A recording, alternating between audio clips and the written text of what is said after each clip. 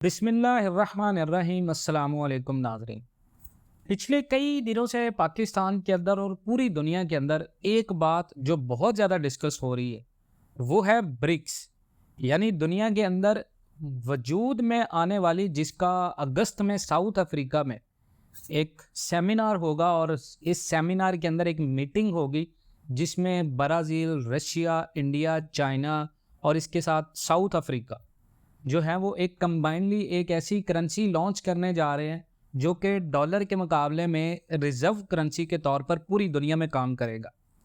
अब बहुत सारे लोगों का ख्याल है इसके बारे में कि ब्रिक्स जो है वो आलमी मार्केट के अंदर अपना बहुत ज़्यादा जो है वो नाम बनाएगी, क्योंकि दुनिया के बहुत सारे मुल्क पाकिस्तान समेत चाइनीज़ यन के अंदर ट्रेडिंग करना शुरू हो चुके हैं। हाल ही में इंडिया ने चाइनीज़ जो रशिया चाइनीज़ करेंसी है उसने पेमेंट्स की हैं। उसके बाद रशिया के ऊपर सैंक्शंस लग गई। सैंक्शंस के बाद रशिया ने जो है वो चाइनीज़ जो यन है उसका इस्तेमाल किया है, तो बार्टर ट्रेड भी हुई है पाकिस्तान की। तो ऐसे में आलमी मार्केट की जो रिज़र्व करेंसी है अमेरिकी डॉलर, उसको बहुत ज़्यादा ख़तरात भी लाहक हैं।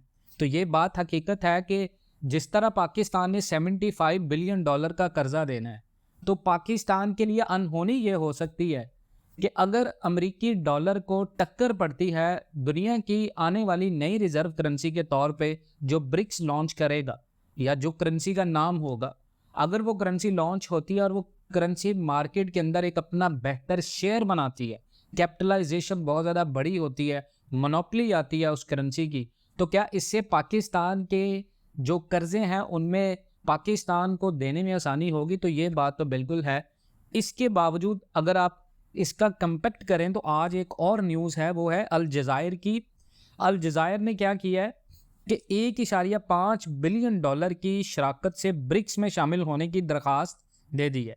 अल जज़ायर ने ब्रिक्स ग्रुप में शामिल होने की दरख्वास्त दी है और अल जज़ायर के सदर अब्दुल मजीद टेबून के हवाले से बताया गया है कि अल जज़ायर ने 1.5 बिलियन डॉलर की शिरकत के साथ ब्रिक्स बैंक का हिस्सादार रुकन बनने की दरख्वास्त दी है। यानी उन्होंने 1.5 अरब डॉलर जो है वो देकर दरख्वास्त किया कि जी हमें ब्रिक्स में शामिल कर लें, हम भी डॉलर को मज़ीद बर्दाश्त नहीं कर सकते, हमारे लिए डॉलर को मज़ीद बर्दाश्त करना बहुत ज़्यादा मुश्किल हो गया। और अलजायर के सदर का यह ऐलान अपने दौरा चीन के इख्तिताम पर सामने आया। पूरी दुनिया के अंदर एक बात जो सबसे ज़्यादा चीज़ हो रही है कि दुनिया के जितने भी इस टाइम पे तरक्की पजीर ममालिक हैं वो चाइना के साथ अपनी ट्रेड को ज़्यादा सैंक्शंस के तौर पर नहीं देखते। चाइना ने इतनी ज़्यादा सैंक्शंस नहीं बनाई क्योंकि इतनी बड़ी ग्लोबल मार्केट है और उसके साथ चाइना की मंडी बहुत बड़ी है। तो डेफिनेटली आबादी ज़्यादा होने से हर मुल्क चाहता है, तरक्की पजीर मुल्क चाहता है कि अगर उसके मुल्क में किसी भी किस्म की एक्सपोर्ट से ताल्लुक़ कोई सेक्टर है तो उसको बूस्ट करने के लिए डेफिनेटली चाइना से बड़ी मार्केट और चाइना से अच्छी मार्केट उनको नहीं मिलेगी। तो इसीलिए अलजायर के सदर ने भी ये ऐलान कर दिया है कि हम जो है वो ब्रिक्स में शमूलियत कर रहे हैं और हम 1.5 अरब डॉलर आप हमारी रिक्वेस्ट को एक्सेप्ट कर लें। अब देखें, अलजायर ने अपने मुआशी मौके खोलने के लिए ब्रिक्स में शामिल होने के लिए फ़ैसला किया। तो मुआशी फ़ैसला कैसे होगा?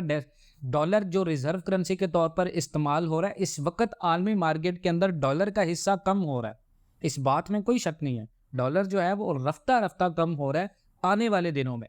और शुमाली अफ्रीका का ये मुल्क अल जज़ायर तेल और गैस के कुदरती वसाइल से माला माल है और अपनी मईशत को बेहतर बनाने और चीन जैसे मुल्क के साथ अपनी पार्टनरशिप को मजबूत बनाने की कोशिश में वो लगा हुआ है। और डेफिनेटली ये एक बहुत अच्छी काविश है उनकी।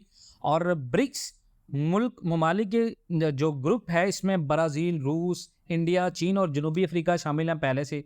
और ये दुनिया की आबादी इसका 40% से ज़्यादा और आलमी मईशत का तकरीबन 26% है।